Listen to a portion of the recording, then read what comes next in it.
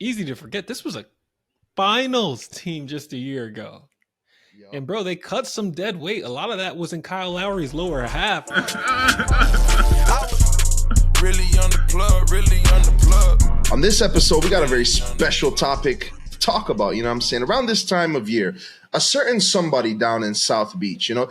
Matter of fact, whether he's in South Beach, whether he's in Philadelphia, whether he's in Minnesota, around a certain time of year, specifically playoff time, we see a certain gentleman, start to show up and show out more often than he normally does. And that is none other than Jimmy Himothy Butler.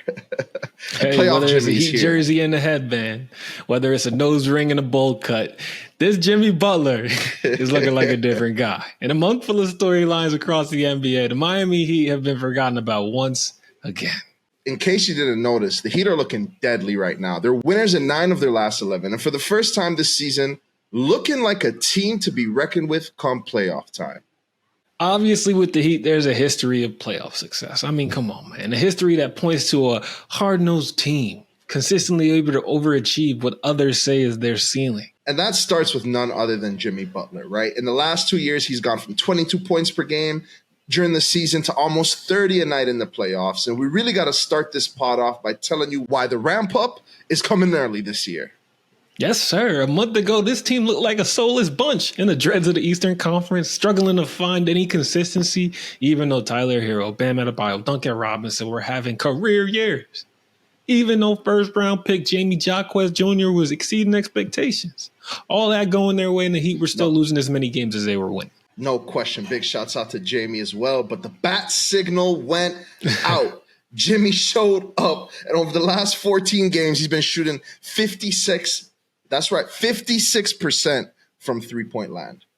Yo, whenever he starts making threes, you know the league is in trouble. And bro, Jimmy was the missing piece. He looked like he was on cruise control for most of that first half. It's kind of in his personality. He's the Lola defense to sleep type of guy, always probing, pump fakes out the wazoo, just taking what the defense gives him. He was taking what the schedule was giving him, and that was 500 until he decided it was time to turn it on. No question, no question. And just as we see every year, the Miami Heat don't give two, about the regular season.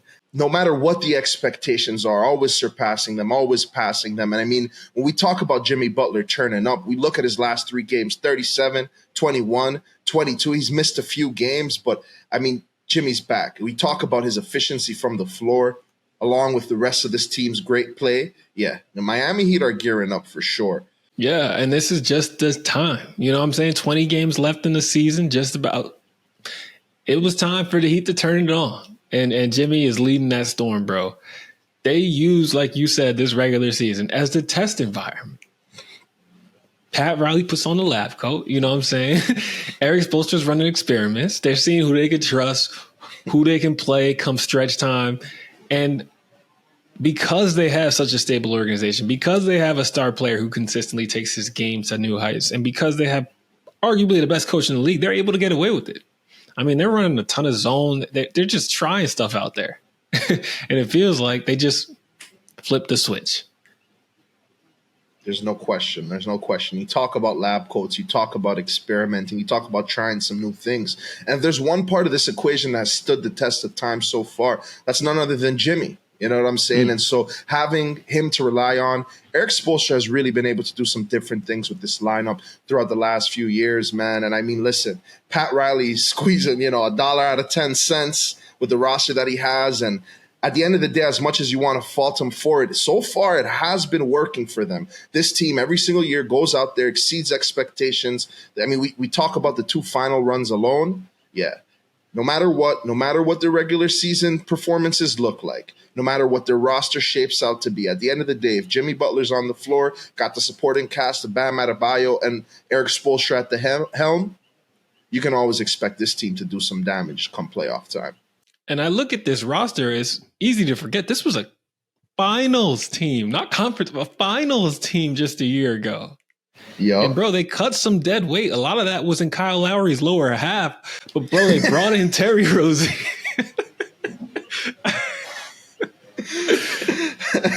Good one. They brought in Terry Rozier. who got off to an awful start. But, bro, I wouldn't be surprised if he heightened his intensity, heightened his level of play come playoff time, because remember, that's what he did when he was back in the Celtics. I think that was the last time he sniffed the playoffs, because they definitely weren't close in Charlotte. Even if like this poor shooting were to continue, he's a clear upgrade over Kyle Lowry. I mean, you said it, and I'm not going to lie, that Kyle Lowry comment almost had me spitting out my water. But there's no question. I mean, Kyle Lowry was, to best describe him last season, a burglar, a bandit, a criminal. He stole all that money from the Miami Heat. It really didn't produce much.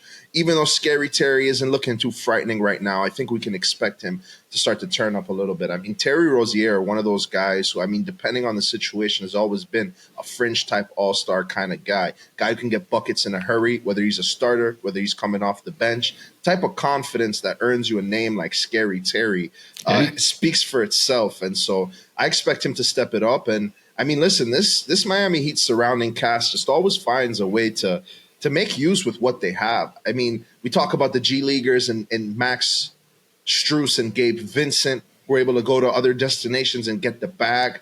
Their performances that propelled the Miami Heat to where they were, ultimately led them to leaving Miami, right?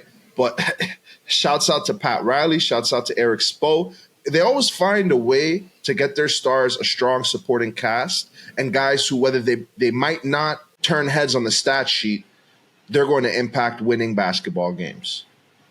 Yeah, and I got a little prediction for you. Last year in the playoffs, for this Miami Heat team to become a finals, there had to be questions like, oh God, is Gabe Vincent, is Max Strus, are these guys like borderline all-stars?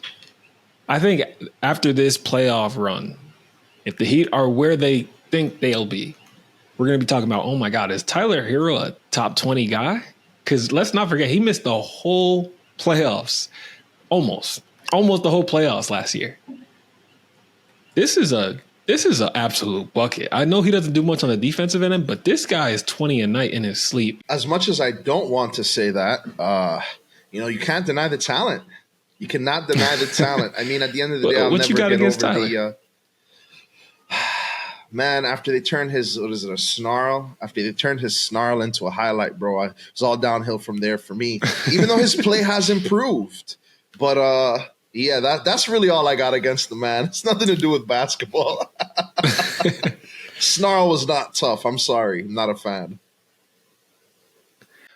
Yo, man. Looks like these Bucks are starting to figure some things out, okay? Let's start it off with this, bro. Dame told a good story after their last game about how Doc was able to get him going. Dame said this. He came in, he was like, yo, you guys don't run this. You guys don't run that. This is stuff I hated when y'all ran against me when you were back in Portland. And he started to slowly put those actions in game after game. It didn't look pretty to start, but he's been able to get the better version of Dame out. Under the last coach, the Bucks found themselves stuck in the middle. Not a good offensive team, not a good defensive team. They were in need to get great in one of those two areas, and the offensive end it was, because now this team is clicking, they're humming, they're playing well, passing, they're moving the ball, bro. It looks like a well-oiled machine. It looks like an offense we all thought we were getting down in Milwaukee. There's no question. I mean, the Milwaukee Bucks are currently winners of their last 6. They're back up to second in the East. And I mean, like you said, this team has looked like a well-oiled machine in this run. Between what Dame's been putting up 24.5 a night, 4.5 rebounds, 6.7 assists, and what Giannis does night in and night out. I mean, a 31 and 11 rebound double average. Dame is everything you wanted from Chris Middleton times 2. This team is full of confidence. This team is starting to be well coached. And we always said it only took 3 stars for Doc Rivers to really do well with the team. And they've got it. So let's see, man. I mean, I'm excited. Milwaukee Bucks are one of the top 2 teams to come out of the East, no question. And we'll see. We'll see, bro. I like what I'm seeing so far. When you get rid of Adrian Griffin, the former head coach, halfway through the season, you have to replace him with someone that's got the respect locker room. This team was too star-studded to just say, hey, assistant coach, come over here, take the clipboard. So Facts. Pulling in Doc Rivers, we're seeing the good right now of it. He is a double-edged sword. You're seeing the good with someone that's just going to get the best out of the established stars. You don't really generally see young guys come in and take off. Rondo is an exception there. But for established guys, he can get them comfortable. And that's exactly what you're seeing happen with Dame, bro. So I'm glad to see him balling again. Every week we get a weird Dame quote about how life in Milwaukee sucks. So hopefully these 40-point nights he's getting back to will help his attitude down there in Milwaukee. There's no question. There's no question. Speaking of next level, speaking of looking good, we got to talk about these Boston Celtics, man. I mean, the run that they're going on right now, it's been a long time since we've seen a team this dominant in regular season play. Winners of their last 11, 48-12, 29-3 at home.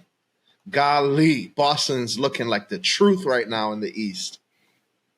And not only are they beating teams, they're molly-whopping. They're putting foots on necks, bro. They are 30-piecing the Warriors. They're killing. They're rampaging through this league right now, bro. 50 ball the Warriors, bro. Oh yeah. Let me put. And matter of fact, if I'm not mistaken, they've set a record for the amount of times a team has beat teams with 50 points by 50 points at 3 times this season so far. We still got a lot of games to play. This is the league's best offense statistically that it's ever taken a basketball court. And sometimes we went a pace where that happened every season, right? And you'd watch the team and be like, they're good, but I don't see it. This looks like it. This looks like the league's best offense ever right now. Jason Tatum is quietly having an MVP season, but being more selfless than we've seen him at the same time. Jaylen Brown is having his best output ever. The Warriors decide they're not going to guard him. He says, okay, I'll just become Steph Curry for a night. But, yeah, there's no question about that. They're doing all of this without their star big man and Kristaps Porzingis. I mean, gosh, man, when he was there, they were looking good. They were relying on him for a lot. He's been out. And the Celtics have not missed a beat. I mean, they're monstering at the top of the Eastern Conference. And right now, I mean, they're looking like they're on a straight crash course for the NBA Finals. Yeah, man. As good as the offense is, the defense looks equal, which is crazy. Joe Mazzulla is like an evil scientist on the sideline. They're trying stuff. They're really trying stuff, and everything is working. They can switch literally everything because once you get past Tatum and Brown on the wing, oh, yeah, there's Drew Holiday and Derek White and Al Horford. Like, bro, they are a team without a weakness. The only thing that can stop them right now is themselves. Facts. And I mean, a lot of that you got to credit to their 2 young leaders in the Jays, Jason Tatum and Jaylen Brown. And at the end of the day, like Jaylen Brown said at the end of the game, I know he didn't say this, but I know we typically expect Jason Tatum to be the one leading the show, right? But whenever teams might make a mistake like the Warriors did of sagging off on Brown, he takes the opportunity to show teams, what kind of talent he really has. Let's not forget, guys, the highest paid in the league, $305 million currently. So, got to respect his game, got to respect what this young Celtics star duo is doing. And if they keep this up, they continue to fire on all cylinders. Yeah, Celtics are. You remember when the league was trying to break up this duo? Everyone was like, you can't win with both of them. They haven't done it yet, but damn it looks like they're on their way. Well, listen, at the end of the day, when it comes to the Boston Celtics, there's the road continuously traveled that everyone expects them to take, and they find a dirt path. They cut through the bush, and they start to blaze their own path. So, this is no surprise here. Big shouts out to the Boston Celtics. And let's see if they can keep this up come playoff time. Word.